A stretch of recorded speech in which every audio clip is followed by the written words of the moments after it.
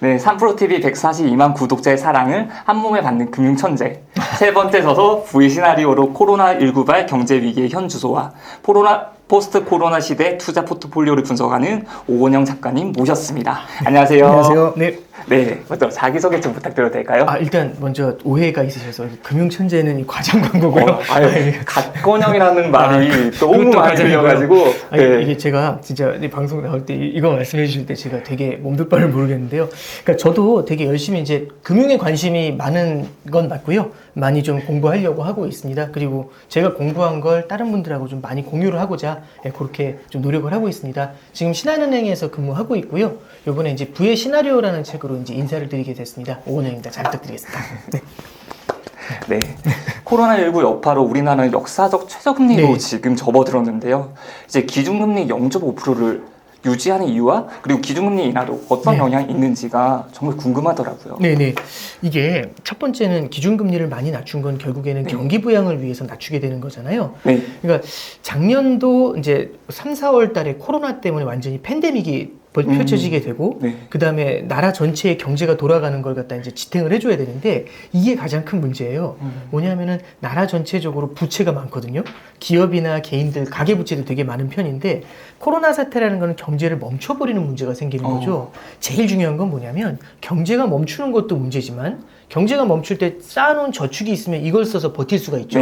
다시 재개될 때까지 다시 일을 시작해서 돈을 벌 때까지 버틸 수가 있는데 부채가 많으면 견딜 수가 없습니다. 그럼 파산을 해버리잖아요. 그래서 우리나라뿐만이 아닙니다. 전 세계가요. 금리를 제로라든지 0.5%라든지 사상 최저금리로 낮추게 되죠. 금리를 낮추게 되면 이 부채의 부담이 최소화가 돼요.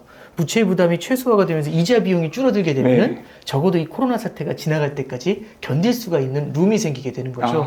그래서 이제 한국은행에서도 그 얘기를 항상 해요. 뭐냐면 아직까지도 코로나로 인한 불확실성이 남아있고 아직까지도 우리나라의 경기 회복세에 대한 이제 확실한 이제 확신이 들지 않는다. 그렇기 때문에 낮은 금리로 경기 부양을 계속해서 진행을 해야 된다. 이런 얘기를 하고 있고요.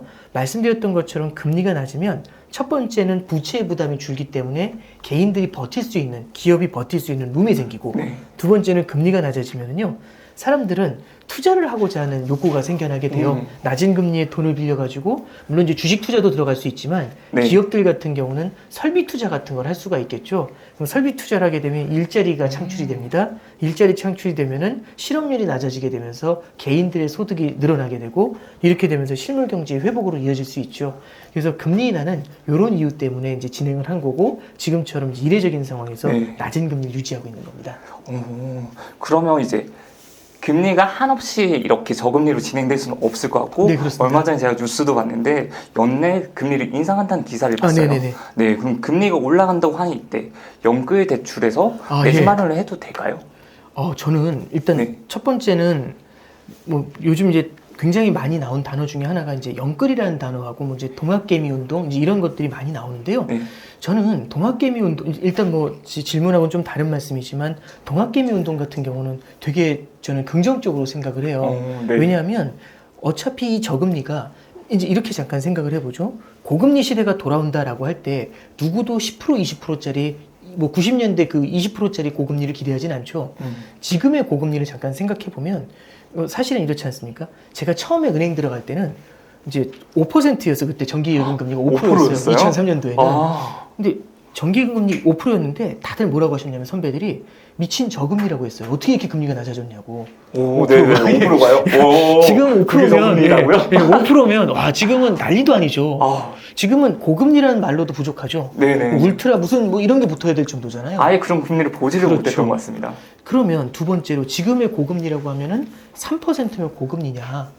뭐 이제 3%도 고금리라고 부를 수 있죠. 지금도 꽤 높은 고금리라고 부를 수 있죠. 그러니까 이제 우리가 이제 바라보려고 하는 시각은 결국에는 결국에는 아무리 금리가 오르더라도 옛날과 같은 그런 엄청난 고금리로 돌아가지 못한다면 우리는 투자에 관심을 갖고 있는 게 맞습니다. 그래야지 결국에는 우리가 쓸 수 있는 돈, 꽤 오랜 노령화 사회를 살아갈 수 있는 그런 자금을 확보할 수 있잖아요. 네. 그래서 동학개미 운동은 저는 막 주식을 산다 이 개념보다도 네. 주식을 사고자 하고 그 주식에 대한 관심을 갖고 그에 대한 공부를 한다, 스터디를 한다라는 컨셉에서 저는 굉장히 긍정적으로 보고요. 이 월급쟁이 부자들 채널 같은 경우도 그의 일환이라고 생각을 해요. 네. 근데 이제 영끌이라는 개념은 네. 약간 다른 컨셉입니다. 뭐냐면 굉장히 대출까지 많이 받아가지고 투자를 하는 케이스를 얘기하죠. 네. 근데 이 대출이 어떻게 보면은 영끌이다 보니까 무리해서 끄는 대출들도 있을 수 있거든요.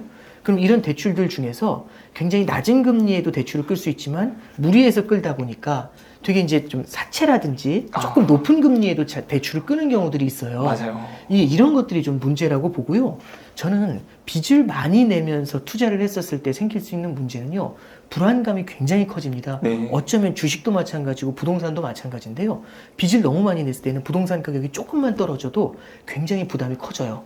이게 간단한 얘기죠. 제가 예를 들어서 네. 100원짜리 집을 제 돈 10원인데 90원을 대출을 받아 샀습니다.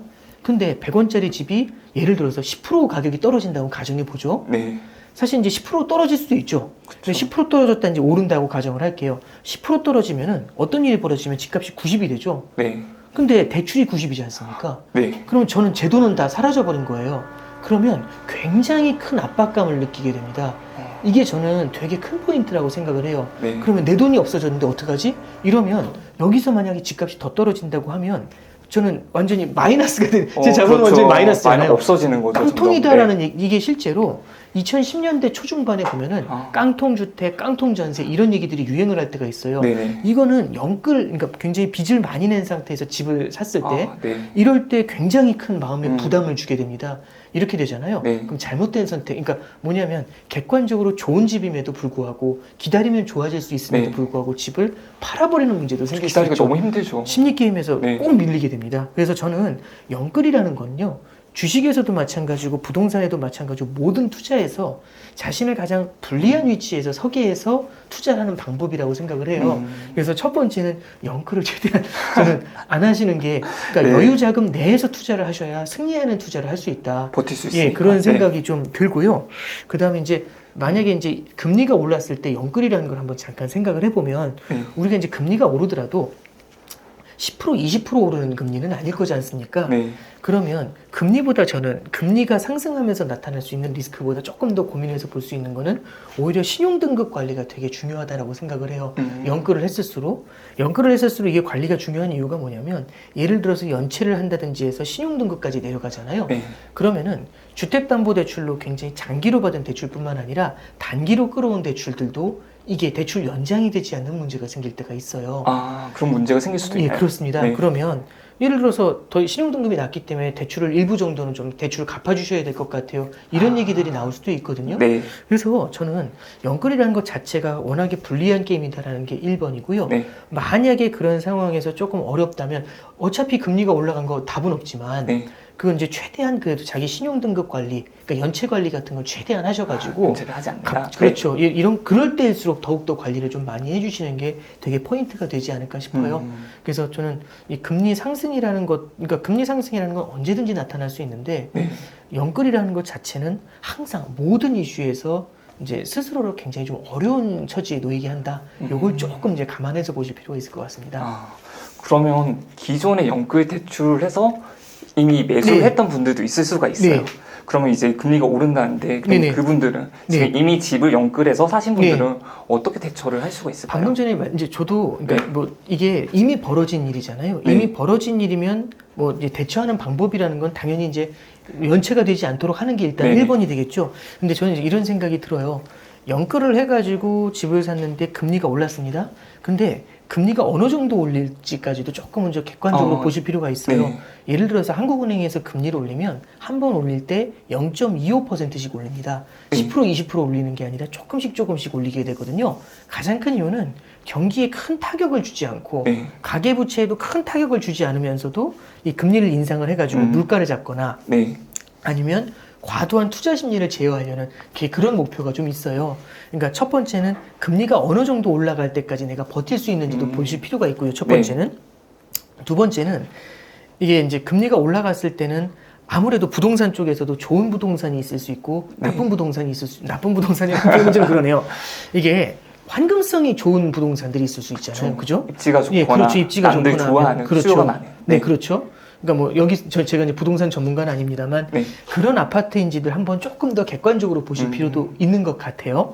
그래서 이제 환금성이 좋다라고 한다면 언제든지 이 주택을 매도를 해가지고 현금화하면 이 부채를 이제 어느 정도 정리를 할 수가 있잖아요.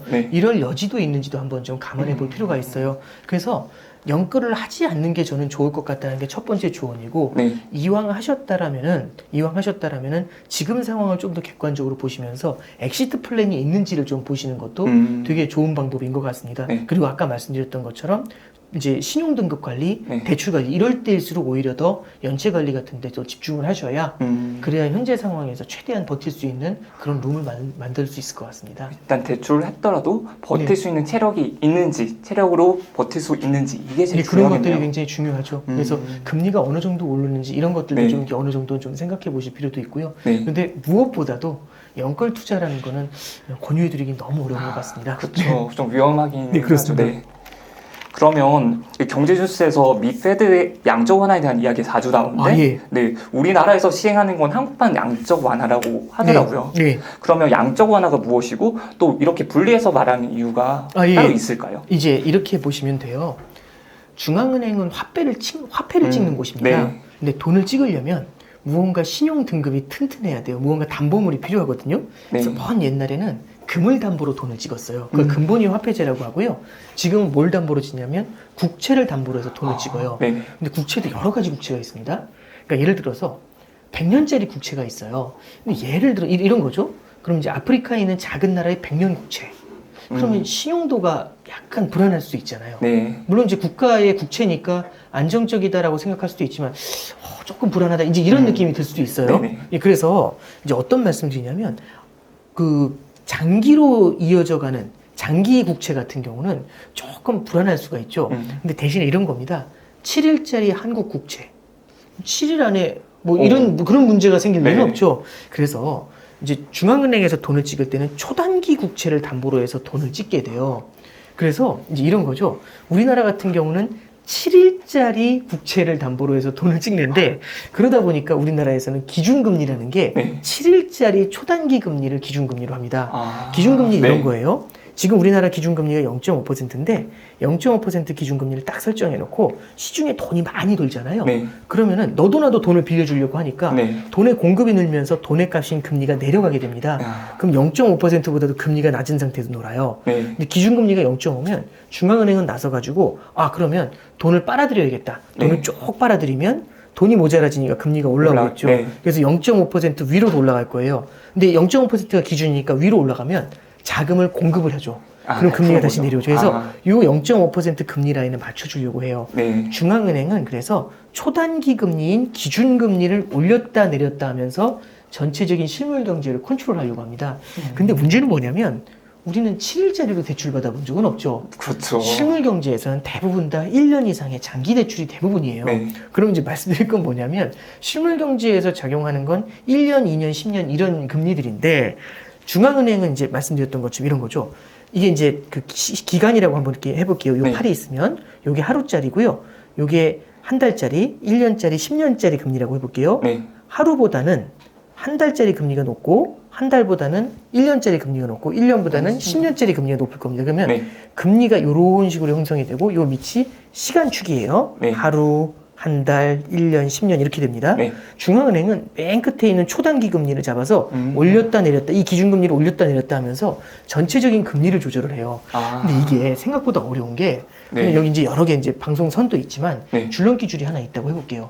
저는 줄넘기 줄을 여기다 딱 늘어놨습니다. 제가 이쪽 끝을 딱 잡았는데 이 끝이 하루짜리예요. 저 끝이 10년짜리입니다. 금리가. 제가 요 끝을 올렸다 내렸다 하면서 이 줄 전체를 갖다 조절하는 거죠. 이거 확 올리면 제가 올라갈까요? 아닐 수도 있죠. 표현이 너무 정확한 것 같아요. 기술이 엄청 좋아야 되거든요. 그러면 중앙은행이 뭘 할 수가 없는 경우가 있냐면, 중앙은행이 경기가 안 좋아서 금리를 내렸는데 시장 금리가 장기 금리가 안 내려온 경우가 있어요.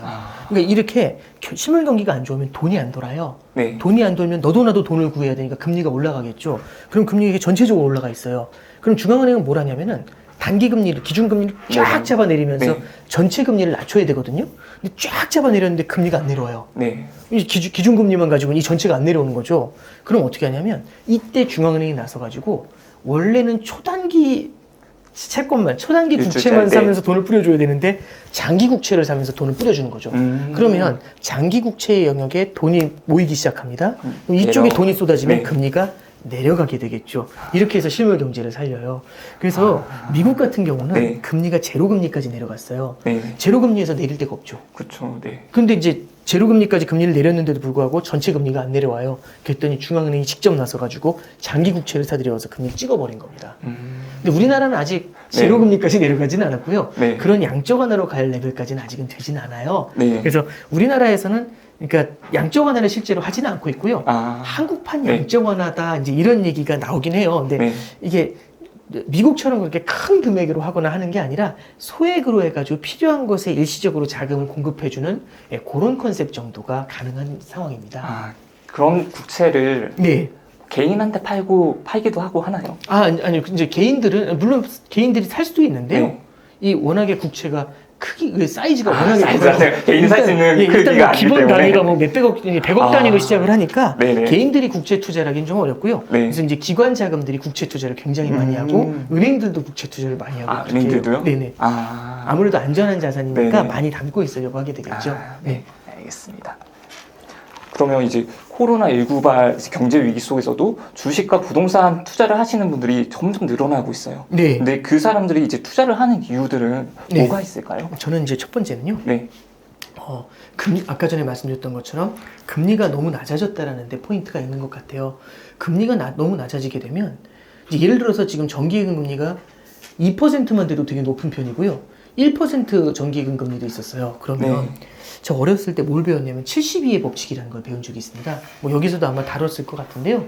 재테크 하시는 분들이 제일 많이 하는 얘기 중에 하나가 72의 법칙인데 그러니까 예를 들어 이런 거죠. 내가 갖고 있는 돈이 2배가 되려면 몇 년이 걸릴까? 현재의 금리 하에서 이거거든요. 그런데 현재의 금리가 예를 들어서 6%다 라고 하면 72를 현재의 금리인 6으로 나눕니다. 그럼 12라는 숫자가 나오잖아요. 그러니까 지금 제가 갖고 있는 돈이 2배가 되려면 6% 금리에는 12년이 걸린다라는 게 포인트예요. 그러니까 72의 법칙은 지금 금리로 나누면 몇 년이라는 숫자가 나오는데 그 숫자가 제가 갖고 있는 현재의 돈이 2배가 되는 기간이 되는 거죠. 그럼 예를 들어서 제가 지금 1,000만 원이 있습니다. 그럼 2,000만 원이 되려면 지금 정기예금 금리가 6%라면 2,000만 원이 되려면 12년이 있어야 되죠. 근데 지금 문제는 6%도 아니란 얘기죠. 야, 12년 길다 이런 생각이 아니라 1%면 72년인 그렇죠. 이 되는 거죠. 그럼 1,000만 원이 2,000만 원 되려면 72년이 필요한 거잖아요. 복리의 힘이라는 말이 들어가더라도. 그러면 사실상 저는 여기서는 이런 생각이 들 것 같아요. 답이 없다. 이걸로는 답이 없겠다라는 생각이 들 것 같아요. 그러면 1%에서 끝나는 게 아니라 1% 플러스 알파를 가져가는 게 포인트가 되잖아요. 그래서 너무 낮은 금리라는 것, 이게 알파에 대한 1% 플러스 알파에 대한 니즈를 불러일으켰다라는 게 저는 첫 번째 포인트라고 봐요. 두 번째 포인트는 지금 우리나라 같은 경우도 전체적으로 기업들의 투자가 많이 어렵습니다. 왜냐하면 기업들 입장에서도 투자를 함부로 할 수가 없어요. 왜냐하면 불확실성이 너무 높다 보니까 생산 라인 괜히 크게 늘려놨다가 안 팔리면 어떻게 해요? 그러다 보니까 기업들도 투자를 최소화하려고 하고요. 그러다 보면 당연히 설비 투자가 안 일어나니까 고용 창출이 안 되죠. 고용 창출이 안 되니까 당연히 임금이 오르질 않는 거죠. 사람들이 많이 뽑혀야지 임금이 올라가고 할 거지 않습니까? 그럼 여기서 이제 말씀드릴 수 있는 포인트는 뭐냐면 개인들의 월급이라든지 이런 급여를 통한 소득의 증가가 생각보다 빠르지 못하다라는 겁니다. 그러면 소득이 낮은 상태에서 금리가 낮죠. 근데 뭐 다들 아시겠지만은 노령화 사회다 해가지고 꽤 오랜 기간을 살아야 되고 연금도 필요하다. 그다음에 주택 마련을 위해 돈이 필요하다. 이렇다라고 하면 저는 예를 들어 주택 자금 마련을 위해서도 우리는 목적 자금 설계라는 걸 하잖아요. 근데 주택 자금이 워낙 많이 들어가지 않습니까? 그러면 정기예금만으로는 답이 없다라는 얘기가 나오는 건 맞는 것 같아요. 그러다 보면은 투자 쪽을 이제 바라보게 되는 거죠. 그래서 저는 투자에 관심이 생기는 거는 그 자체로서는 당연한 일이다, 자연스러운 일이다 이렇게 생각을 합니다. 다만 여기서 꼭 하나 이제 부연해서 말씀드리고 싶은 거는 그렇다고 해서 그냥 막 들어가는 투자가 아니라 충분히 스터디를 한 다음에 들어가야 된다라는 말씀을 좀 드리고 싶어요. 물론 그 스터디라는 걸 위해서 수업료를 내면서 일부 정도 소액 투자를 하면서 투자에 대한 관심, 이런 공부를 한다라고 한다면 요건 저는 찬성입니다만 처음 스타트 하시는 분이 모든 자산을 빚까지 내가지고 들어가서 투자라는 거는 저는 조금 위험한 것 같아요. 요즘에 연끌 투자 이런 네, 그렇죠. 거는 연끌 투자 같은 경우도 네, 힘든 거죠. 예, 연끌 투자뿐만 아니라 이제 묻지마 투자가 되는 거겠죠. 예. 투기에 가까운. 그렇죠. 투기에 네. 가까운 케이스가 되겠죠. 저는 그래서 투기보다는 투자가 되게 필요한 케이스다라고 생각을 합니다. 네. 그러면 코로나 시대에는 좀 어떤 투자가 빛을 발할 수가 있을까요? 저는 이제 뭐 어느 시대든지 간에 네. 그 시대를 관통하는 여러 가지 아이템들은 분명히 있을 것 같아요. 그래서 요즘 보면은 뭐 테크주, 뭐 IT주다 이런 거다, 부동산 뭐 이런 얘기 하는데 저는 다 좋은 얘기라고 생각을 합니다. 근데 저는요 되게 좀 따분한 얘기처럼 들리실 수 있지만 이럴 때일수록 포트폴리오 투자가 되게 필요하다라고 생각을 해요. 네네. 포트폴리오 분산 투자라는 거는요. 결국엔 이런 겁니다. 투자를 처음 시작하거나 일정 수준 투자를 하신 분들도 이게 제일 어려운 거예요. 코로나 시대 상황하에서 지금 빅테크가 영원히 오를 것이다. 물론 그럴 수도 있지만 영원한 건 없을 수도 있거든요. 그러면 이런 상황에서 빅테크가 좋을 것 같아서 너무 많은 자산을 빅테크에 몰아넣었다가 갑자기 환경이 바뀌는 거죠. 그러니까 제가 이제 좋은 예인지는 모르겠는데 그 중남미에 보면은 볼리비아라는 나라가 있어요. 그 볼리비아는 이제 우리나라하고도 월드컵 축구도 하고 그랬는데 이 볼리비아라는 나라는요 고원지대에 위치합니다. 얘네가 어웨이 경기를 하면 축구 경기를 하면 항상 져요. 근데 홈 경기를 하면 브라질이 들어와도 못 이겨요. 왜냐하면 산소 부족이죠. 너무 고원지대라서 브라질 선수들 뛰는 게 굉장히 힘들어요. 그러면 똑같은 브라질 선수들이잖아요. 어떤 환경에서 뛰느냐가 달라지는 거죠. 그래서 말씀드리고 싶은 건 이겁니다. 그러니까 지금 코로나 환경 하에서는 지금과 같은 상황에서는 빅테크 같은 것들이 굉장히 좋을 수 있지만 이게 나중에 어떤 환경으로 바뀔지 모르잖아요. 그래서 항상 말씀드리고 싶은 거는 코로나 환경이다 이것만 보면서 뭐 특정 자산으로 막 쏠려가는 것보다는 포트폴리오 분산 투자가 되게 중요하다. 포트폴리오 분산 투자는 결국에는 위험 자산의 일부를 넣고 그 다음에 안전 자산의 일부를 넣는 겁니다. 이거는요 몇 대 몇으로 넣을까요? 사람마다 다 달라요. 그러니까 그게 진짜 궁금해하실 것 같아요. 예, 사람마다 다 다른데 저는 자신이 이제 어느 정도 견딜 수 있는지가 되게 중요한 포인트라고 생각을 해요. 근데 예를 들어서 제가 70, 30이나 50, 50 투자를 한다는 가정을 하면 이렇게 말씀드려볼게요. 50대 50으로 투자를 하는 게 전 좋다라고 하면은 주식 50, 안전자산인 예금 50 이렇게 되죠. 이게 코로나 시대일수록 더욱더 중요하다고 생각을 하는데 50, 50으로 들어가잖아요. 그럼 작년처럼 이제 빅테크에 50 들어갔고 예금에 50이 들어가 있습니다. 그러면 빅테크주는 작년에 엄청 올랐겠죠. 그래서 오늘 지금 보니까 이게 100이 됐어요. 그리고 예금은 50으로 남아 있습니다. 그럼 얘는 100이고 얘는 51이죠. 이자 조금 붙었을 테니까. 그럼 이제 1년이 지난 상황이잖아요. 이럴 때 뭘 해줘야 되냐면 리밸런싱을 해줘야 됩니다. 뭐냐면 저는 50대 50을 받아들이잖아요. 다시 또 50. 그렇죠. 그러면 이제 70. 얘는 100이고 얘는 50이니까 75, 70으로 다시 나눠야죠. 그럼 자연스럽게 많이 오른 주식의 비중을 낮추고 굉장히 이제 안정적인 자산인 예금의 비중이 올라가게 되죠. 이게 리밸런싱인데 안 그래요. 이거 쉽지 않아요. 보통은 그러지 않고 오르고 있는데 더 달리는 말에 올랐다. 이제 이런 얘기가 나오잖아요. 그러니까 뭐냐면 결국 딱 보면 제가 봐도 화가 날 것 같아요. 아니 여기에 다 넣었으면 그때 그 월급쟁이 부자들이 그 이상한 그 보수적인 얘기하는 사람 말고 내가 100을 다 넣었으면 이 얘기가 반드시 나오게 돼요. 100을 넣었으면 200이 됐으니까 50을 그러면 50으로 있는 예금을 없애고 100이 돼 있는 빅테크의 50을 더 얹히겠죠. 근데 그런 상황에서 혹여나 우리가 생각하지 못했던 시장의 반대로 도는 변화가 생기잖아요. 그럼 이 자산이 반토막이 될 수도 있습니다. 그러니까 제가 뭐 반토막 난다 이런 말씀 드리는 게 아니라 특정 자산에 너무 몰빵 투자를 하는 것들은 굉장히 많은 리스크를 만들어낼 수 있다 이런 말씀을 드리는 거죠. 그래서 저는 포트폴리오 분산 투자가 되게 필요한 것 같아요. 분산 투자를 하게 되면 길게 오래 투자할 수 있습니다. 대신에 대박이라는 건 없겠지만 오래 투자할 수 있는 그런 여건을 마련해 줄 수 있죠. 왜냐하면 안전자산이 있잖아요. 다른 거 다 깨질 때 예를 들어 주식에 깨질 때 안전자산이 남아있으면 또 1년이 됐을 때 50대 50으로 리밸런싱을 하잖아요. 그럼 예금의 비중이 줄어들고 주식의 비중이 올라가겠죠. 그럼 오히려 밑으로 떨어져 있는 주식 자산을 더 많이 사는 그런 이제 기회를 만들어줄 수도 있습니다.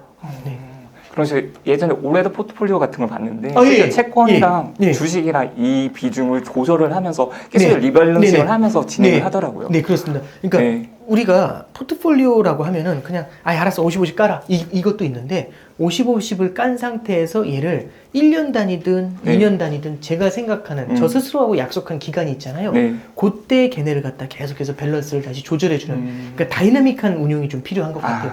근데 대단히 다이나믹한 건 아니고 1년에 한 번씩 비중을 맞춰주는 정도입니다. 그래도 조금 부지런해야 되겠네요. 네, 그렇습니다. 네. 그러면 포트폴리오 이제 구성 시 유의해야 할 점이 있을까요? 이제 저는 첫 번째는 자신이 견딜 수 있는지를 보는 게 되게 중요한 것 같고요. 네. 그 다음에 그러니까 그게 이제 위험 자산의 비중을 얼마나 가져가느냐가 여기서 이제 포인트가 되겠죠. 두 번째는 이제 위험 자산이라고 하면은 이제 주식 하나, 그 다음에 안전 자산이라면 예금 하나 이렇게 가져가시는 경우들이 있어요. 근데 저는 주식 내에서도 분산하는 방법은 있다라고 생각을 합니다. 주식 내에서도 제가 주식 전문가는 아니지만 예를 들어서 성장주라는 게 있고 가치주라는 게 있을 수도 있고요. 대형주라는 게 있을 수도 있고 소형주라는 게 있을 수도 있죠. 그리고 이제 섹터별로도 IT 관련 주일 수도 있고 그쵸. 자동차 주일 수도 있고 다양한 주식들이 있을 수 있잖아요. 그리고 지수에 투자하는 방법들도 있을 수 있고 그래서 저는 어느 하나로만 특정 종목으로만 막 몰려가는 게 아니라 몇 개의 종목이나 몇 개의 지수라든지 몇 개의 스타일로 분산 투자를 하는 것도 되게 필요한 것 같아요. 그래서 분산 속에도 분산이 존재한다. 그러니까 결국에는 우리가 큰 틀에서의 자산 분산이 주식하고 예금의 분산이지만 주식 내에서도 이렇게 분산을 할 수 있다. 그래서 요즘은 이제 분산을 많이 해서 들어가니까 초분산 이런 얘기도 나와요. 초분산이요? 네. 초분산 너무 많이 했다는 얘기죠. 근데 이게 초분산 이런 컨셉 같은 거는 제 생각에 이제 기관 투자자들 금액이 큰 이제 기관 투자자들이 이제 많이 고민할 수 있는 것 같고요. 개인들 같은 경우는 기본적인 컨셉으로 이제 뭐 예를 들어서 주식 내에서도 성장주, 가치주 분산 투자 정도 이런 것들 생각하시면 좋을 것 같고 이거 이제 말씀드린 이유가 스터디를 하시는 거잖아요. 당연히 스터디를 하실 때 그럼 성장주라면 나는 어떤 거, 가치주라면 어떤 거 이런 것들의 특성에 대해서 조금 봐두시고 과거에 어떤 국면에서 어떻게 흘러왔는지 이런 걸 좀 스터디해 놓으시면 나중에 이제 투자를 하실 때 도움을 받으실 수 있을 것 같습니다. 확실히 이제 내가 나 자신을 먼저 알아야겠는데 버틸 수 있는지를 알고 그렇습니다. 그다음에 스터디를 하면서 그 스터디에 맞는 주식들에 대해서 주들에 대해서 특징을 파악하고 나서 들어가는 게 오히려 더 도움이 될 수가 있겠네요. 네, 그렇습니다. 특히 이제 초보 투자자일수록 이게 자신의 성향이 잘 드러나지 않는 경우도 있어요. 왜냐하면 처음 투자를 하면은 더 두근거리잖아요. 그렇죠, 맞아요. 더 두근거리잖아요. 조금 해보면은 크게 문제가 안 될 수 있는데 어쩌면 초반엔 좀 많이 두근거리잖아요. 그래서 저는 큰 금액을 이제 공격적으로 투자했다가 줄여나가는 것보다는 작은 금액에서부터 괜찮다 하면서 늘려나가는 게 조금 더 나은 것 같아요. 오랫동안 투자할 때는. 이게 정석인데 실제로 이렇게 하시는 분이 많지가 않더라고요. 쉽지 않죠. 처음에 한 번에 하고 잃으면 좀 뺐다가 이러면 이제 좀 빼시는 게 아니라 떠나죠. 이제 맞아요. 이거 아니다 하면서 이제 떠난 다음에 한참 지나서 또 들어오고 이렇게 되거든요. 저는 그것보다는요. 조금씩 들어가서 계속 하나씩 늘려가는 게 맞는 것 같아요. 오히려 공부하면서 실력이 더 쌓이면서 더 좋은 투자할 수 있으니까. 그렇죠. 작은 금액으로 관심을 소구하면서 조금씩 늘어가면 더 관심이 많이 쌓이고 더 많은 걸 공부하게 되거든요. 그러면 이제는 우리 주식에서도 가치주도 투자해보자. 이렇게 이제 계속 하나하나 영역이 넓혀져 가잖아요. 그럼 투자를 하게 되면 공부를 하게 돼요. 관심이 생겨서. 맞아요. 저는 그래서 꼭 조언드리고 싶은 건 큰 금액을 확 질러 넣어가지고 투자하는 것보다는 이렇게 늘려나가는 게 필요하다. 이렇게 좀 조언을 드릴게요. 네, 알겠습니다. 그럼 최근 인플레랑 디플레라는 말을 많이 사용하는데 실제로 어떤 현상이 일어나는지 그리고 인플레이션과 디플레이션에 대해서 좀 자세히 설명을 좀 해주실 수 있을까요? 이게 저도 경제학 교과서 배울 때는요. 인플레이션은 물가가 오른다, 디플레이션은 물가가 내린다 이렇게 배웠어요. 근데 이걸로만 끝나서는 조금 아닌 것 같고요. 이렇게 말씀을 좀 드릴게요. 이게 인플레이션이라는 건요. 물가가 오른다는 얘기도 되지만 뒤집어 말하면 화폐의 가치가 떨어진다는 얘기도 돼요. 화폐의 가치가 떨어진다는 얘기는 이제 뭘 의미하는 거냐면 예를 들어 이런 거죠. 이 샤프의 가격 자체가 지금은 이 샤프가 예를 들어서 10,000원이었는데 1년이 지난 다음에 이게 10만 원이 되면 이 화폐는 가만히 있는 건데 이 샤프는 가만히 있는 건데 화폐의 가치가 떨어져 버린 거잖아요. 그러니까 인플레는 물가가 오른다 뒤집어서 화폐 가치가 떨어진다 이렇게 볼 수가 있고요. 디플레이션은 화폐의 가치가 오르는 거죠. 물가가 떨어지면서. 이게 이제 포인트가 되는데 이게 이제 뭐하고 연결이 되냐면 부채하고 연관이 돼요. 부채라는 건 화폐 표시 자산입니다. 화폐 표시 자산인데 이 부채라는 게 화폐 표시 자산이다 보면은 예를 들어서 인플레이션이 찾아오면 화폐의 가치가 떨어지죠. 그러면 부채의 실질 가치가 녹아내려요. 이제 이게 이렇게만 말씀드리면 되게 헷갈린다 이렇게 될 수 있는데 잠깐만 직관적으로 설명을 해드려 볼게요. 예를 들어서 제가 집을 샀습니다. 집을 샀는데 이제 아주 꿈 같은 케이스를 하나 말씀드릴게요. 제가 예를 들어서 제 돈이 10이 있는데 네. 90을 대출을 끼고 집을 사서 100짜리 집을 샀어요. 네. 근데 집값이 2배가 됩니다.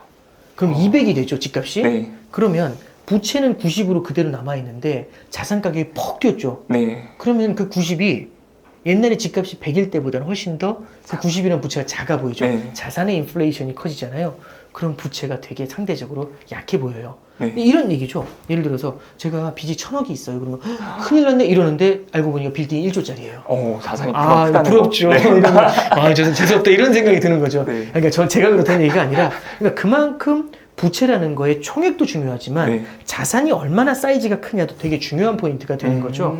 인플레이션이라는 거는 예를 들어서 이 자산 가격의 상승을 만들어서 상대적으로 부채를 쪼그라들게 만드는 부채의 부담을 쪼그라들게 만드는 이제 그런 이슈가 됩니다. 그런데 그럼 반대로 디플레이션은 마찬가지로 부채가 화폐 표시 자산인데 화폐의 가치가 올라가면 부채의 실질 가치가 올라가죠. 네. 이것도 그럼 똑같은 비율을 들어보면은 100이 있는데 제가 제 돈 10에 90을 대출을 끼고 샀어요. 네. 90의 부담이 남아있는데 집값이 반토막이 났습니다. 50이 됐어요. 그러면 그 90이라는 부채가요 엄청 커 보일 거예요. 그쵸. 진짜 너무너무 커 커 보일 보이죠. 거예요. 이거 네. 어떡하지? 이런 생각이 엄청나게 들겠죠.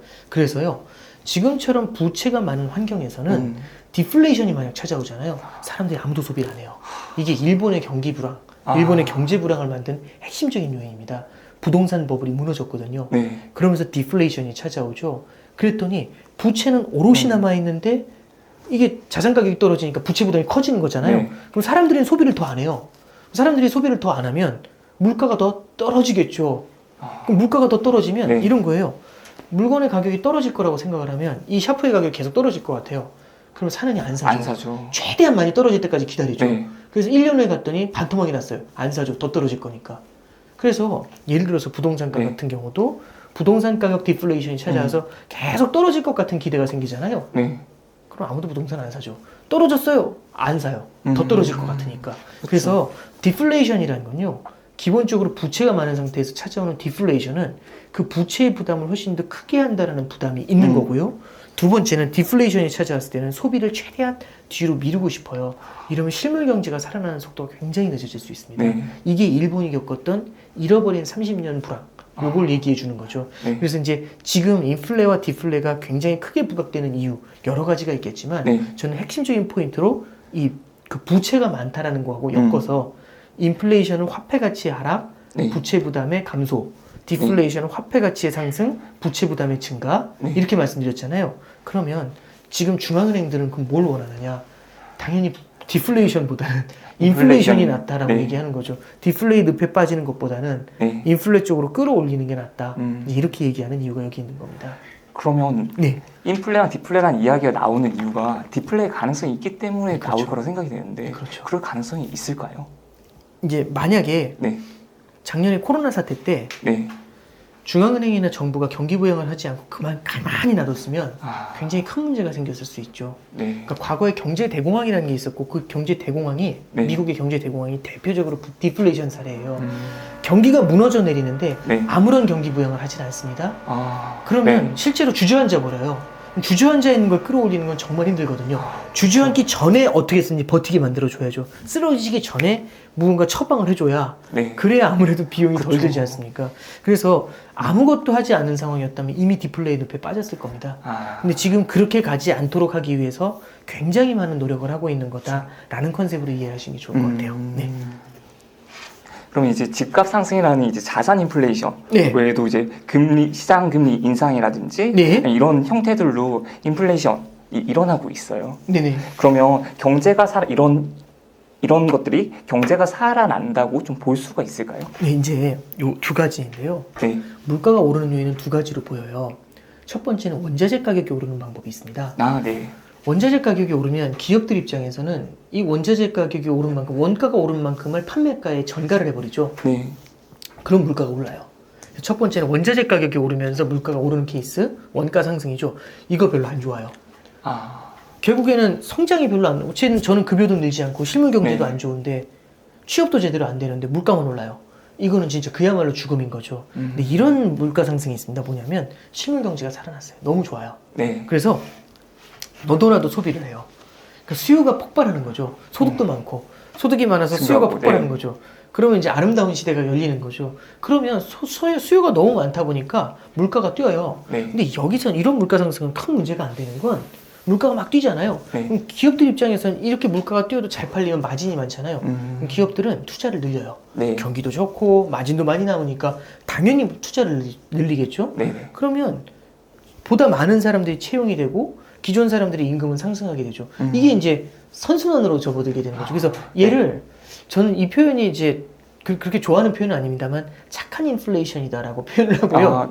앞에 말씀드렸던 것처럼 원자재 가격에만 올라가가지고 이제 오히려 실물 경제를 짓눌러버리는 이런 형태의 물가 상승을 나쁜 인플레이션이다. 이제 그렇게 얘기를 합니다. 지금 저희가 보고 있는 이 시장은 나쁜 인플레이션이라고 두 개의 요인이 섞여 있는 것 같아요. 첫 번째는 원자재 가격이 굉장히 많이 뛰었어요. 이게 실물 경제가 살아난다라는 기대가 생기게 되면은 이 원자재에 대한 수요가 폭발을 하게 되거든요. 그러면 원자재에 대한 수요가 폭발을 했었을 때 문제는 실제 원자재를 살려는 수요가 요만큼 있어요. 근데 기업들 입장에서 원자재 구하기가 굉장히 어렵죠. 그럼 미리 좀 쟁여놓으려고 해요. 난 어쨌든 그러니까 예를 들어서 요즘 그 자동차들 보면은 자동차 회사들 보면은 반도체를 좀 최대한 많이 사놓으려고 하죠. 그러면 그러니까 원래는 2개월치만 쟁여놓는데 이제는 6개월치를 쟁여놓으려고 하죠. 그러면 미래에 사들일 수요를 갖다 앞으로 쫙 당겨와가지고 가수요를 얹혀놓는 거죠. 가수요라는 표현보다는 예비수요, 예비수요를 얹혀놓는 거죠. 자, 그러면 수요가 옛날보다 훨씬 더 크게 폭발할 것 같아요. 그럼 어떤 일이 벌어지냐면 투기 수요까지 들어와요. 그럼 가격이 많이 뛰게 되겠죠. 그러면 실물 경제가 받아들일 수 없을 정도로 물가가 뛰는 일이 생겨요. 이런 것들은 성장에는 굉장히 안 좋은 요인이 됩니다. 근데 지금 보면은 일부 원자재 시장에서는 이렇게 나쁜 인플레이션의 징후가 나타나는 부분이 하나 있고요. 두 번째는 코로나 이후에 경기 회복세가 백신도 나오고 하니까 경기 회복세가 굉장히 빨라지고 있잖아요. 그래서 실제로 착한 인플레이션의 요인도 지금 혼재가 되어 있습니다.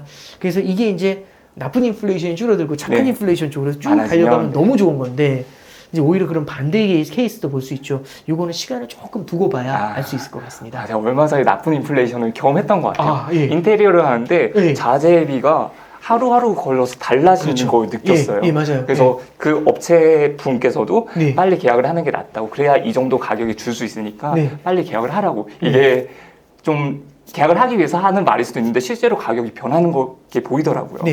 특히 구리나 철강이나 그리고 아까 이제 그 인테리어 같은 경우 시멘트나 이런 것들도 연관이 되는데 이런 것들의 가격이 굉장히 빠르게 움직일 수 있습니다. 참고로 하나 말씀드리면 미국 같은 경우는 최근에 목재 가격이 떨어지긴 했는데 불과 두세 달 전만 해도 목재 가격이 사상 최고치를 찍었어요.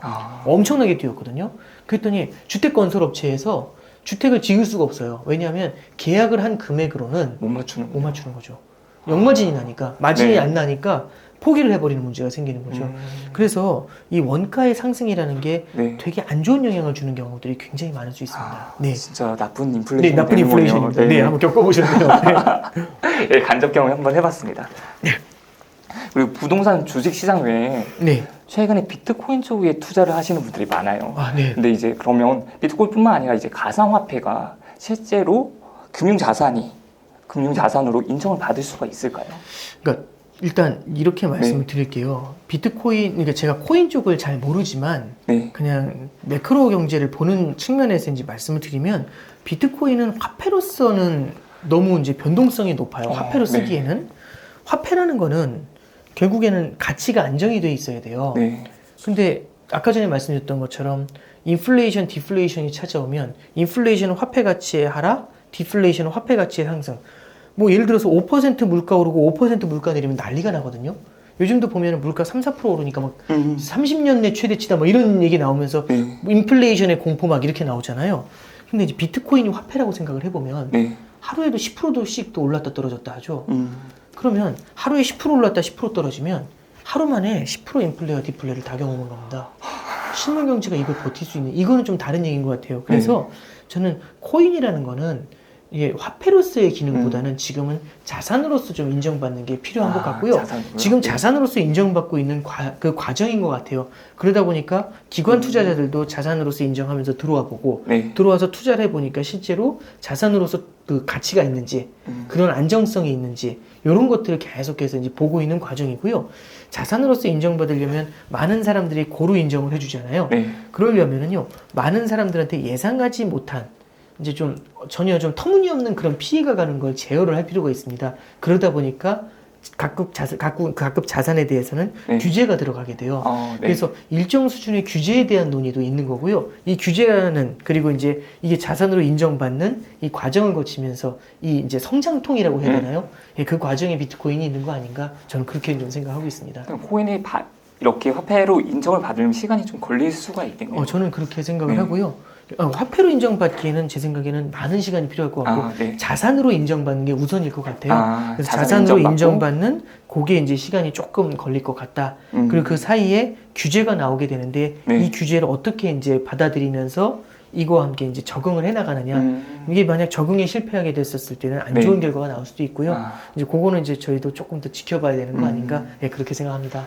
그럼 지금같이 인플레이션 시대에 어떤 투자를 좀 하는 게 좋을까요? 네, 이제 또 인플레이션 시대라고 할 때 이게 이제 저는 이제 그렇게 생각을 해요. 물가가 그럼 인플레이션 시대라는 게 계속해서 물가가 올라갈 것이냐 이렇게도 생각할 수 있는데 참고로 하나 말씀을 드리면 물가가 오른다라는 얘기가 나왔던 게 08년도에도 있었고 2011년도에도 있었어요. 네. 그때도 원자재 가격 많이 뛰면서 인플레이션 시대다 이렇게 얘기했고요. 인플레이션 시대에는 원자재에 대한 수요가 늘어나니까 원자재를 많이 사자 이런 얘기를 많이 했었어요. 근데 저는 그 이후의 결과를 보시면은요. 요즘 이제 원자재 가격 많이 오르니까 기사에 뭐라고 나오냐면 신문 기사에 08년도 8월 이후 최고치, 2011년 3월 이후 최고치 이렇게 나와요. 네. 근데 이제 그러면 그 얘기는 뭐냐면 2011년 3월 이후에는 이 이상으로 물가가 올라가 본 적이 없고 이 원자재 가격이 올라간 적이 없고 한참 지난 10년간 암흑의 터널을 겪었다라는 얘기가 되는 거잖아요. 그럼 이제 우리가 생각할 수 있는 건 인플레이 시대라는 확언은 없습니다. 이게 무조건 인플레이 시대로 간다 그게 아니라 우리는 여러 가지 가능성을 열어놓을 필요가 있는 거죠. 그래서 인플레이 시대다라고 해서 나 원자재 몰빵 이 공식은 아닌 것 같아요. 그러니까 제가 봤을 때 예를 들어서 이 인플레이 시대의 가능성이 60%다. 그리고 혹여나 이 너무나 올라버린 물가 때문에 실물 경제가 주저앉으면서 오히려 다시 디플레이 시대로 접어들 수 있으니까 그러면 그럴 가능성도 40% 이렇게 잡으면 결국엔 시나리오겠죠. 60%만큼은 인플레에 대한 자산을 배치를 하고 40%만큼은 디플레이션에 대한 자산을 배치하는 이런 쪽에 이제 분산 투자가 저는 필요할 것 같고요. 그러면서 이제 시간이 흐르면서 조금씩 분위기가 어쨌든 보여질 거잖아요. 디플레로 전환이 된다거나 아니면 인플레가 강화된다거나 이럴 때는 비중이 예를 들어 6대4에서 조금씩 뭐 5대5로 조절하거나 7대3으로 조절하거나 이제 각각의 가능성을 보면서 움직이는 것들 이런 게 필요한 것 같습니다. 그럼 디플레에 좀 유리한 자산이랑 인플레에서 좀 유리한 자산이 어떤 자산이 그러니까 있을까요? 예를 들어서 인플레이션이 찾아오게 됐을 때 인플레이션도 여러 가지 인플레이션이 있죠. 나쁜 인플레이션과 착한 인플레이션이 있을 수 있어요. 근데 이제 나쁜 인플레이션까지 다 말씀드리면은 제 생각이 좀 불쾌하실 것 같고 착한 인플레이션만 말씀드리면 성장이 나오잖아요. 성장이 나오면 성장이 전 세계에 이제 고루 깔리게 됩니다. 그러면 다양한 업종에 있는 주식들이 좋아요. 그러니까 특정 섹터만 성장하는 게 아니라 고른 성장을 보여주거든요. 그러면 지수 전체가 막 이제 꾸준히 상승하는. 그게 이제 2007년도가 그랬는데 그때 보면은 우리나라 주식시장이요 코스피가 이제 사상 최초로 2,000을 뚫었던 때예요. 아름답던 시절입니다. 그리고 이제 또 하나 말씀드리면 인플레 시대에는요 물가가 오르기 때문에 채권의 인기가 없어요. 그러니까 예를 들어서 지금 정기예금 금리 3% 드립니다 하면 우와 엄청나게 주네요. 근데 알고 보니까 뒤에 물가가 10%입니다. 이러면 3%짜리 정기예금 하면 안 되죠. 그러니까 이 정기예금하고 채권하고 똑같은 거예요. 물가가 너무 높으면 자기들의 이자만으로는 돈을 빌릴 수가 없기 때문에 물가만큼 이자를 올려줘야 돼요. 그러면 기존처럼 낮은 금리 채권이 인기가 없어져요. 그래서 채권 투자라는 게 굉장히 어렵게 되고요. 그 다음에 이제 실물 경제의 성장이 강하게 나오다 보니까 원자재에 대한 수요도 높아지겠죠. 그래서 자산군을 바라봤었을 때 주식이나 원자재 시장이 좋은 것 같고 채권이 별로 안 좋은 거죠. 이게 인플레 시대를 대비하는 자산이 되고요. 디플레는 반대입니다. 결국에는 성장이 나오는 기업들로만 돈이 몰리겠죠. 얼마 안 되는 극소수의 성장이 나오는 기업들로 돈이 몰리는 문제가 생길 거고, 그 다음에 이제 워낙에 물가도 낮고 하니까 이자를 낮게 주더라도 물가가 워낙 낮기 때문에 이 채권 자산 같은 게 인기를 끌게 되고요. 실물 경제가 그렇게 좋지 않다 보니까 원자재 가격이 힘들어하는 그런 모습이 나타날 수 있습니다. 그럼 인플레 시대가 계속 된다고 하면 지금 이제 2021년 하반기에 주식시장을 좀 예측 한번 해볼 수 있을까요? 제가 네. 주가를 예측하는 거는 제 영역이 아니라서 네. 이제 말씀드리기는 조금 어렵고, 이제 2021년 하반기를 말씀드리는 거는 이제 시간을 정해놓고 말씀드리는 건 저는 좀 어려운 것 같고요. 네. 저는 대신에 이렇게 좀 말씀드릴게요. 결국에는 전 세계의 중앙은행이나 정부가 코로나 때문에 역설적으로 얻어낸 건 뭐냐면 이례적인 경기 부양에 대한 허가를 받은 겁니다. 그러니까 코로나 이전이었으면, 네. 코로나가 터지지 않았다면은 뭐 미국에서 요즘 나오는 무제한 양적 완화라는 단어나, 아니면 미국에서 지금 보면은 뭐 5조 달러, 6조 달러 어마어마한 경기 부양을 사고 있거든요. 네. 절대 의회에서 통과 안 시켰겠죠. 그렇죠. 코로나 때문에 너무 많이 주저앉으니까 어떻게 해서든지 성장이 나오는 쪽으로 밀어내기 위해서 엄청난 경기 부양을 허가해 준 겁니다.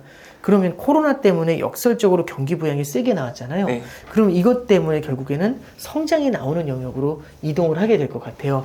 근데 성장이 나오는 영역으로 그럼 바로 훅 가느냐? 그게 아니라 가는 도중에 굉장히 많은 마찰이 있을 것 같아요. 그래서 어려운 길이지만 네. 그래도 저는 중장기적으로 봤을 때 성장이 나오면서 경기 회복이 가능하지 않겠나, 이제 그렇게 생각을 하고요. 네. 그런 관점에서 바라본다면 저는 위험자산의 비중을 중장기적으로 계속해서 유지하는 게 맞다고 봐요. 그래서 위험자산의 비중을 유지하되 아까 전에 말씀드렸던 것처럼 위험자산만 100%로 가면 그렇죠. 나눠야죠. 네. 나중에 흔들릴 수 있잖아요. 이때 견디기가 힘들어요. 그래서 분산 투자를 하면서 위험자산에 발을 담그되 분산 투자로 리스크를 관리할 수 있는 방법을 고민해보자. 예, 그런 말씀을 드려봅니다. 네. 네, 알겠습니다. 그리고 책을 너무 재밌게 읽었습니다. 감사합니다. 너무 잘 읽어가지고 여기에 보니까 4가지 시나리오에 대해서 나오는데 그 4가지 시나리오에 대해서 좀 말씀해 주실 수 있을까요? 저는 이제 거시경제를 보다 보니까 이제 많은 피드백을 받아요. 거시경제는 투자에 별로 도움이 되지 않는다. 맞아요. 저도 개별 종목을 투자하시는 분들하고 대화를 나눠볼 때도 뭐 매크로 경제를 바라본다라는 게 꼭 필요하다고 생각하진 않습니다. 별로 도움이 안 되는 경우도 있고요, 실제로. 근데 만약에 개인의 포트폴리오를 짤 때는 저게 도움을 주는 경우들도 있는 것 같아요. 그래서 필요한 곳도 있고 투자에 필요하지 않은 곳도 있다, 이렇게 이제 말씀을 드리고 싶고요. 그러면 필요한 곳에는 어떻게 쓸 건데? 그 질문에 답하기 위해서 사실상 이제 그 시나리오를 좀 쓰면서 말씀드렸고요. 시나리오는 이렇게 말씀드립니다. 제가 봤을 때는 거시경제, 감사합니다. 거시경제에서 되게 중요한 요인이 성장하고 물가라고 봤어요. 그래서 성장은 2개로 나눕니다. 고성장과 저성장으로 나누고요. 물가는 고물가와 저물가로 나눴어요. 그러면 2x2잖아요. 2 곱하기 2잖아요. 그럼 4개의 사분면이 나와요. 그러면 고성장 고물가, 고성장 저물가, 저성장 고물가, 저성장 저물가의 4가지 4분면이 나오게 돼요. 그래서 저는 각각에 대해서 고성장 고물가의 좋은 자산, 저성장 저물가의 좋은 자산, 뭐 저성장 고물가의 좋은 자산, 이렇게 4개의 분면에 가장 좋은 자산들이 그때 당시에 뭐가 있었는지를 한번 쭉 써봤고요. 그런 다음에 제가 이제 말씀드리려고 했던 건 아까하고 되게 비슷해요. 우리가 투자를 할 때는 지금을 보면서 투자하면 안 되거든요. 미래를 보면서 투자를 해야 되죠. 그러니까 부동산도 똑같죠. 예를 들어서 저한테 물어보시는 거예요. 아파트 그거 왜 샀어요? 딱 그랬더니 제가 이렇게 답을 하는 거죠. 3년 후에 여기 지하철 들어온답니다. 이 얘기는 지금을 본 게 아니죠. 3년 후를 보고 투자했잖아요. 그러니까 이해가 되잖아요. 오케이, 3년 후에 좋아지니까. 기대 가치를 본 그렇죠. 거죠. 기대 가치를 본 거죠. 저는 이 포트폴리오 투자도 똑같다고 봐요. 지금이 저성장 저물가 국면에 있다고 해서 이것만 하는 게 아니라 앞으로 어디로 갈지가 더 중요하다고 생각해요. 그러면 지금이 저성장 저물가인데 그대로 여기에 박혀버리는 경우가 생길 수 있죠. 5년 후에 그대로 박혀있다. 아니면 고성장 고물가로 갈 수 있다.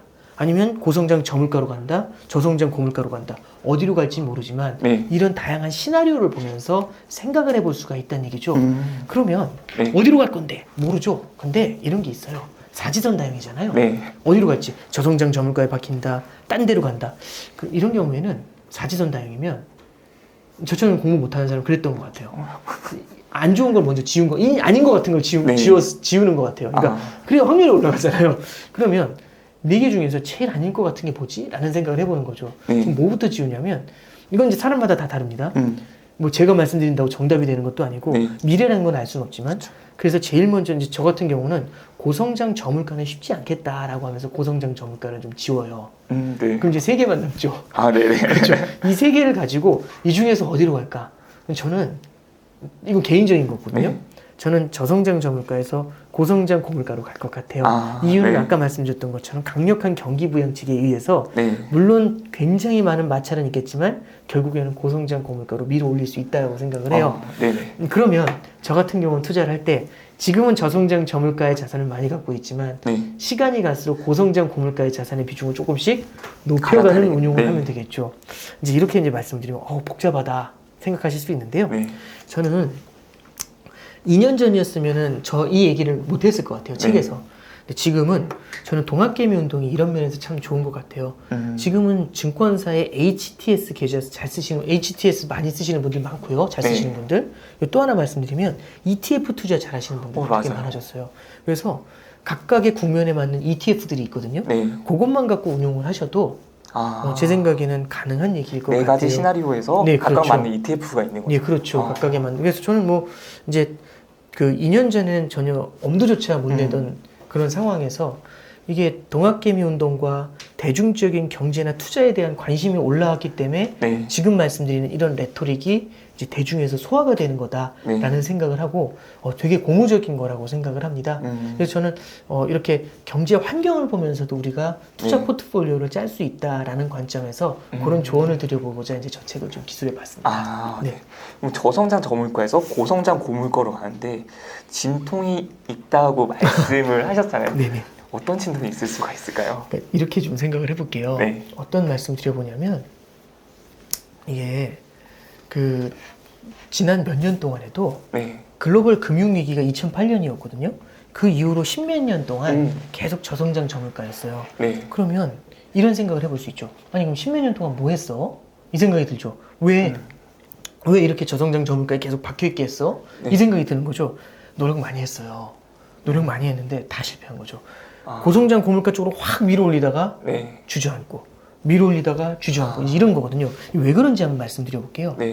제가 이런 비유를 좀 드려봅니다. 제가 이제 그 굉장히 오래된 건물을 한번 간 적이 있어요. 이게 좁은 도로로 들어가가지고 좌회전을 하니까 아주 좁은 도로에 좌측으로 좌회전하면은 그 오래된 빌딩에 지하 주차장으로 들어가요. 그런데 우측에는 이 좁은 도로의 바로 맞은편에 뭐가 있냐면 상점이 하나 있는 거예요. 옛날 그 슈퍼마켓. 근데 일단 제가 차로 딱 들어갈 때, 그 건물에 들어갈 때, 큰일 났다. 이 생각했어요. 왜냐면 나올 때 어떻게 나오지? 이 생각했거든요. 이게 너무 좁으니까, 이게 너무 좁으니까. 그래서 일단 들어갔어요. 근데 들어갔는데 쿵 하고 떨어지더라고요. 이게 너무 경사가 급해요. 진짜 걱정이 많았는데 이제 나올 때가 됐습니다. 나올 때가 이제 무섭더라고요. 엑셀을 세게 밟았거든요. 그랬더니 우웅 하면서 이제 올라오기 시작을 해요. 막 타이어가 헛돌다가 엑셀을 세게 밟으니까 조금씩 올라오기 시작하는데 문제는 뭐냐면 무섭죠. 왜냐면 확 튀어나가는 게 닿잖아요. 도로가 너무 좁으니까. 겁이 나는 거예요. 그래서 이제 엑셀에서 발을 뗐죠. 뒤로 밀려 내려가죠. 원위치 이거죠. 다시 그다음에 또 밟죠. 그럼 또 올라갈 것 같잖아요. 우웅 하고 올라갈 것 같잖아요. 그랬더니 이제 또 너무 센 것 같아요. 툭 튀어나가면 큰일 나니까 또 원위치. 그러니까 이게 뭐냐면 요즘도 이런 얘기가 나와요. 경기 부양을 세게 하면은 점점 경기가 좋아질 것처럼 이렇게 올라오잖아요. 그럼 굉장히 많은 견제가 들어옵니다. 뭐라고 하냐면 물가가 오를 수 있어. 자산 시장이 과열이 될 수 있어. 큰일 날 거야. 이런 얘기들 하죠. 그런 것들을 통해 가지고 경기 부양책이 조금씩 줄어들게 돼요. 그러면은 생각보다 의외의 경기 침체 현상들이 나타나게 되면서 다시 쭉 밀려 내려오고 다시 밀어 올렸다가 쭉 밀려 내려오고 이런 걸 몇 차례 반복했던 게 지난 13년의 기억이었습니다. 그래서 오랫동안 지속이 됐던 거예요. 네, 그렇습니다. 그래서 이제 그 미국에서도 그래서 저는 이제 중앙은행이 물가 일시적이야. 괜찮아. 일단 경기 부양책 우리 믿고 따라와봐 하는 이유도 이걸 밀어 올리는 거죠. 야, 물가 오르니까 큰일 나. 일단 기다려봐봐. 왜냐하면 과거의 경험들이 있기 때문에 그렇다고 봐요.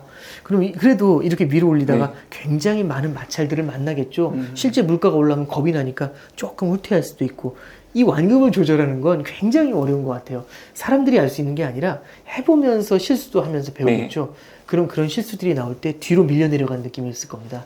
차로 엑셀에서 엑셀 살짝 뛰었더니 뒤로 훅 밀려 내려갈 때 느낌이 있겠죠. 그렇게 노력했는데 이제 이런 느낌이 있을 수 있잖아요.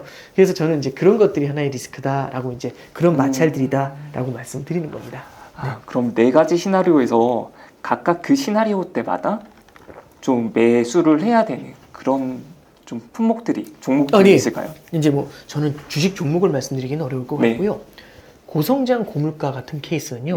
지수 전반으로 굉장히 좋아요. 성장이 세게 나오면 네. 특정 종목으로만 성장이 나오는 특정 엘리트 종목으로만 돈이 몰리는 게 아니라 주식 전체가 다 좋아요. 그래서 네. 고성장 고물가나 고성장 저물가나 고성장이라고 붙어 있으면 고성장. 주식이 좋아요. 네. 주식이 좋아요. 네. 그리고 두 번째는 물가를 보시면은 네. 물가가 고물가라고 하면 고물가. 일단 채권은 빼시는 게 맞아요. 저물가라고 하면 채권을 넣는 게 맞고요. 그 다음에 고물가라고 하면 원자재가 들어가는 게 맞고 저물가라고 하면 원자재가 빠지는 게 맞아요. 그럼 요 정도만 봐도 괜찮잖아요. 네네. 일단 대충 그림이 나오잖아요. 네. 그러면 예를 들어서 이제 연습 문제 하나 풀어보는 거죠. 저성장 고물가면 어떨까? 저성장 고물가면 네. 성장이 안 좋으니까 주식이 안 좋겠죠. 물가가 높으니까 채권이 안 좋겠죠. 대신에 물가가 높으니까 원자재는 좋겠죠. 이런 그림이 이제 그려지게 돼요. 근데 이제 이상한 게 하나 생겨요. 뭐냐면 그럼 저성장 저물가를 하면 주식이 안 좋죠. 네. 저성장이니까. 그리고 이제 물가가 안 높으니까 채권은 좋은데 물가가 안 높으니까 원자재는 안 좋겠죠. 근데 바로 이런 반론이 나와요. 아니 지금 저성장 저물가인데 주식 엄청 좋잖아.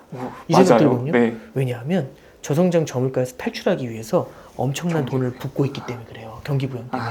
경기 부양을 하게 되면 돈이 쏟아져 나오죠. 그 돈이 희소하게 성장이 나오는 쪽에 쏠리게 됩니다. 그래서 저성장 저물가에서 경기 부양을 하면 성장주가 달려가는 그런 그림이 나타나게 돼요. 그래서 이런 것들은 굉장히 분면별로 굉장히 다양한 스토리가 그려질 수가 있어요. 이건 아주 심플한 이제 아주 레퍼런스가 될 만한 그런 스토리들을 몇 개 말씀드린 겁니다. 그럼 예를 들어서 원자재를 구입한다고 하면 어떤 방식으로 좀 구입을 할 수가 있을까요? 원자재는 ETF도 있고요. 그다음에 펀드도 있어요. 이제 뭐 각각이 다 장점이 이제 그렇다고 원유를 직접 사는 건 아니고요. 그렇죠, 네. 그래서 원자재 펀드나 원자재 ETF를 사는 방법이 있고 원자재 펀드에는 원자재 자체를 사는 펀드도 있고 두 번째는 원자재 관련 기업에 투자하는 펀드도 있어요. 각각이 갖고 있는 장단점들은 있는데요. 기본적으로는요. 원자재 가격이 오를 때는 되게 반겨듣고요. 원자재 가격이 주저앉을 때는 슬퍼하는 그런 케이스입니다. 근데 저는 어떤 투자가 좋다 이것보다도 원자재 투자하는 것 자체도요. 변동성이 상당히 높아요. 주식 이상의 변동성을 보여주는 경우도 많이 있거든요. 그래서 원자재라는 건 투자를 할 때는요. 얘가 메인 포트가 되는 것보다는 이제 대체 자산이라고 해요. 대안적인 측면. 그러니까 주식하고 채권한 다음에 혹시 몰라 한다면 원자재 하나 끼우는 그런 컨셉에서 이해해 주시는 게 좋을 것 같아요. 그럼 금도 마찬가지로 ETF로 구입할 수가 있고 그렇게 하나씩 넣어두면 좀 왔다 갔다 할 때 좀 안정적이게 될 수가 있겠네요. 그렇게 될 수가 있겠네요. 네네. 그러면 이제 지금부터 투자를 공부하시는 분들이 많이 있을 거예요. 그러면 초보 투자자를 위해서 금융공부법 딱 3가지만 알려주실 수 있을까요? 저는 뭐 이제 어떤 의미에서는 라떼는 마리아처럼 될 것 같아서 걱정이긴 합니다만 제가 겪어왔었던 말씀을 좀 드려볼게요. 제일 중요한 건 서두에도 한번 말씀드렸지만 관심을 소구하는 게 되게 중요해요. 관심을 소구하려면 조금은 투자에 발을 담궈 놓는 게 필요합니다. 큰 금액이 아니라 작은 금액을 투자해서라도 작은 금액을 여러 자산에 투자하잖아요. 그럼 얘네들의 움직임이 보여요. 그 움직임을 보면서 오늘 올랐네, 오늘 떨어졌네 이렇게 해가지고는 안 늘고요. 올라갔다 떨어졌다 하는 그 움직임에 대해서 모르겠어요. 그러니까 저 스스로의 해석, 아무리 유치해도 상관없어요. 그 해석을 붙여보려고 하는 게 되게 필요할 것 같아요. 그러면 그 해석을 붙여보려면 제 힘으로는 안 되니까 무언가 자료를 찾아보게 되거든요. 그러면 많은 자료들을 읽게 돼요. 많은 자료들을 읽으면 조금씩 배웁니다. 근데 읽어서만 되는 건 아니고 읽으면 바로 휘발돼요. 다 사라져버리거든요. 그래서 읽으면서 저는 뭘 했냐면 이걸 정리해서 글로 썼었던 것 같아요. 글로 쓰면 기억이 조금 더 많이 나요. 이게 저는 포인트가 돼요. 그래서 글로 쓰는 게 포인트다라는 게 첫 번째고요. 글로 쓰려면 읽었던 내용을 다시 한번 보게 돼요. 볼 수밖에 없어요. 그래야 기억이 나서 쓰니까. 좀 더 잘 쓰고 싶고 잘 보여주고 싶고 한 게 있더라고요. 한 번 읽고 지나가는 게 아니라 2번 읽게 되는 거죠. 글로 쓴다는 얘기는 사실상 한 번 더 읽는다라는 표현을 반복하는 거예요. 하나만 더 말씀드리면 읽고 썼잖아요. 쓴 걸 가지고 블로그 같은 걸 만들어서 한번 사람들하고 공유를 해보는 게 좋아요. 저 같은 경우도 메신저를 통해서, 사내 메신저를 통해서 은행에 이제 들어갈 때 입행 동기들이 있어요. 입사 동기들. 입사 동기들이나 아니면 선배들이나 이런 분들한테 이제 굉장히 이제 초기에 그 유치한 글이 좀 이렇게 뿌렸거든요.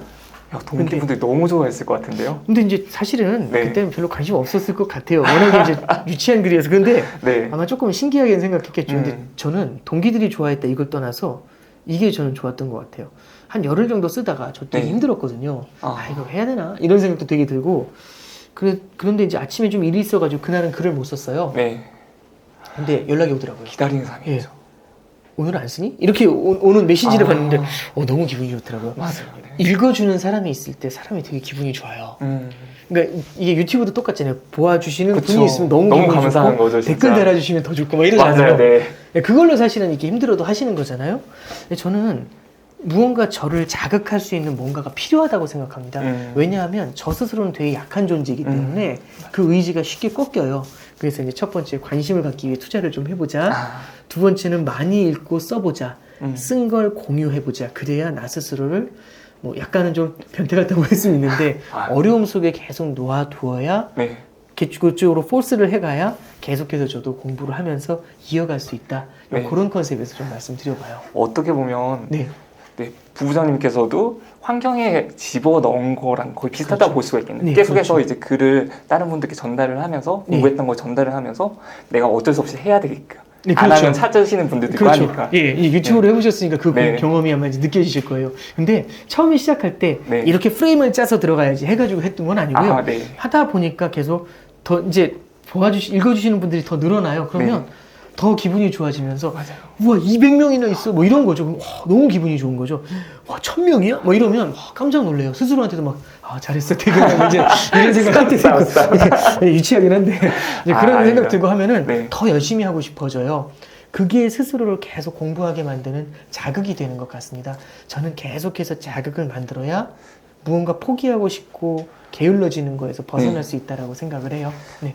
예를 들어 투자 경험을 쌓는다고 할 때 네. 그 금액적으로는 사람마다 좀 다르겠지만 초기 투자 비용은 어느 정도로 생각을 하고 좀 해보시면 좋을까요? 글쎄요, 그러니까 저는 월급이 있다라고 하면 네. 급여의 뭐 30% 언더? 뭐 그 정도면 저도 처음에 시작할 때는 그 정도로 일단 시작을 했고요. 네. 그리고 이제 한 가지 자산에 큰 금액을 넣는 것보다는 여러 자산에 넣어 두셔봐야 뭐 분산 투자 관점도 있지만 큰 금액도 아닌데 분산 투자 이렇게 생각할 수도 있지만 네. 여러 자산에 넣어 보셔야 각 자산의 특성을 또 공부할 수 있어요. 맞아요. 그게 좋을 것 같아요. 네, 그게 중요합니다. 네. 네. 그래서 여러 자산에 투자를 해보고 그 자산의 특징을 알고 그리고 나한테 맞는 자산도 그렇죠. 파악할 수가 있으니까. 맞습니다. 나한테 맞는 네. 자산이 되게 중요한 포인트죠. 맞아요. 네. 네. 그럼 이제 투자를 하지 않다가 네. 이제 갓 투자를 시작하시는 분들이 있을 수가 있어요. 네, 근데 네. 들어왔더니 주식 시장도 많이 올라있고 3,300을 돌파를 했더라고요. 네네. 그리고 뭐 부동산 시장도 많이 올라가 있는 상태에서 좀 허탈함을 느끼시는 분들이 많을 텐데 네. 이제 그분들에게 좀 한 가지 조언을 해 주신다면 네. 한 말씀 부탁드릴게요. 저는 이제 지수라는 거라든지 이제 지금의 가격만을 보면서 이제 투자할 게 더 이상 없다. 저는 그건 좀 다른 것 같아요. 금리가 낮기 때문에 지금 많은 사람들이 비슷한 상황에 있는 거고요. 그럼에도 불구하고 지금 워낙에 금리가 낮기 때문에 무언가 투자할 수 있는 틈새를 찾으려고 하시는 분들도 많아요. 저는 이렇게 생각을 해요. 그러니까 너무 높기 때문에 나는 무조건 돈을 벌어야 돼. 항상 수익을 내야 돼. 이 관점으로 들어오시면 투자에 성공할 수가 없고요. 이럴 때일수록 담궈 두시면서 스터디를 해보시는 게 되게 필요한 것 같아요. 떨어지더라도 설령. 지금 산 게 너무 고점 부담이라서 하락하더라도 이제 고점인지 아닌지는 알 수 없지만 그럴 때 하락하거나 아니면 계속해서 내가 투자에 대한 관심을 가질 때 이게 결국에는 지금의 투자가 중요한 게 아니라 미래의 투자를 이어갈 수 있는 큰 동력이자 밑거름이 돼요. 통찰력을 쌓아가는 과정이에요. 그렇죠. 저는 지금은 수업료를 내는 과정이라고 갓 투자를 시작하셨잖아요. 네. 그럼 저는 수업료를 내는 과정이라고 생각을 해요. 아니 사실 자격증 과정 이런 거 들을 때도 300만 원, 400만 원 내고서 듣는 자격증 과정도 있잖아요. 네. 저는 이제 그런 관점을 생각하시면서 설마 아무리 투자하시더라도 영원히 되진 않겠죠. 제로가 되는 거 아니잖아요. 그러니까 예를 들어서 일정 수준 하락한다라고 생각이 되시더라도 고점 부담 이런 것들을 갖고 계시더라도 투자를 하시면서 계속해서 모니터링을 해보시는 게 되게 중요하고요. 저 같은 경우도 금융위기 때 실제로 투자했었던 자산들이 많이 떨어졌었거든요. 근데 그 경험을 통해 가지고 많이 배웠던 것 같아요. 복기라는 게 되게 중요합니다. 바둑을 할 때도 복기는 뭐냐면 제가 틀린 거를 이렇게 돌아보는 거잖아요. 거기서 실력이 많이 늘게 되거든요. 물론 이제 제가 그때 실력이 많이 늘는 것보다는 그때 관심이 훨씬 많이 올라가게 돼요. 관심이 평소에 하던 것보다 훨씬 더 큰 관심을 가져가게 되고 보다 절실하게 공부하게 되고 그게 굉장히 큰 밑거름이 되고 자산이 됩니다. 네. 저도 투자를 하면서 느꼈던 게 네. 의미 없는 경우는 없더라고요. 맞습니다. 이걸 어떻게 복귀를 하고 어떻게 네. 또 내 것으로 만들고 네. 다시 또 다음 더 좋은 기회를 만들 수 있기 위해서는 말씀하신 것처럼 복귀를 꼭 해봐야 되겠더라고요. 그러니까 부동산 투자도 실패하셨던, 예를 들어 경매나 이런 것들도 실패하셨던 분들, 경매 전문가분들도 당신께서 실패하셨었던 과거의 그 케이스들이 있으면 항상 무엇 때문에 실패했는지, 어떤 심리적인 요인이 나를 실패로 몰았는지 이런 것들 다 분석하시더라고요. 그래서 저도 그럴 때마다 한 단계씩 더 업그레이드 되는 거다라고 생각을 합니다. 네. 그리고 혹시 2004년도부터 이제 금융 공부를 시작하셨는데 네. 이제 회사 생활과 공부를 같이 병행하기에 좀 어려움은 없으셨나요? 그러니까 저는 운이 좀 좋았던 부분이 분명히 있는 게 네. 회사에서도 투자 관련된 부분을 업무를 좀 주어서 그래서 공부를 하기에도 조금 되게 좋은, 그래서 저도 회사에 되게 감사하고요. 그러니까 이거는 운의 영역도 좀 있는 것 같아요. 근데 이제 이렇게 좀 보시면 좋을 것 같아요. 그러면은 회사에서 그런 걸 좋아하지 않는, 회사에서 그거하고 전혀 다른 업무를 하면 어떠냐. 그래서 제가 말씀드리고 싶은 게 그럴 때일수록 스스로를 조금 어려운 환경에 놓이게 하는 게 되게 필요한 것 같아요. 왜냐하면 언제든지 포기하고 싶어져요. 그리고 언제든지 포기할 500가지 이유가 있어요. 맞아요. 진짜 그런 언제든지 것 같아요. 있어요. 이거 해봐야 이게 되게 많거든요. 그래서 저는 이제 스스로를 조금 고달프게 만들더라도 만약에 그게 어려운 여건이라고 해도 저는 투자라는 게 필요하다라는 걸 확신을 갖고 계신다면 조금 힘들더라도 계속해서 밀고 갈 수 있게 그런 여건을 조성해 주시는 게 필요하지 않나 그렇게 생각합니다. 사실 맞는 말씀이에요. 너무 맞는 말씀인 게 투자는 어쩌지 재테크라는 건 꼭 해야 되는 것 같아요. 나중에 노후 준비를 하기 위해서는 월급만 받아서는 좀 어려운 시대가 된 것 같아요. 그렇게 그렇습니다. 하려면 좀 재테크를 좀 해야 되는데 그렇게 하기 위해서 환경에 좀 집어넣고 재테크 공부도 하고 말씀하신 것처럼 차근차근 공부해서 하게 된다면 또 좋은 결과도 있지 않을까 생각하게 됩니다.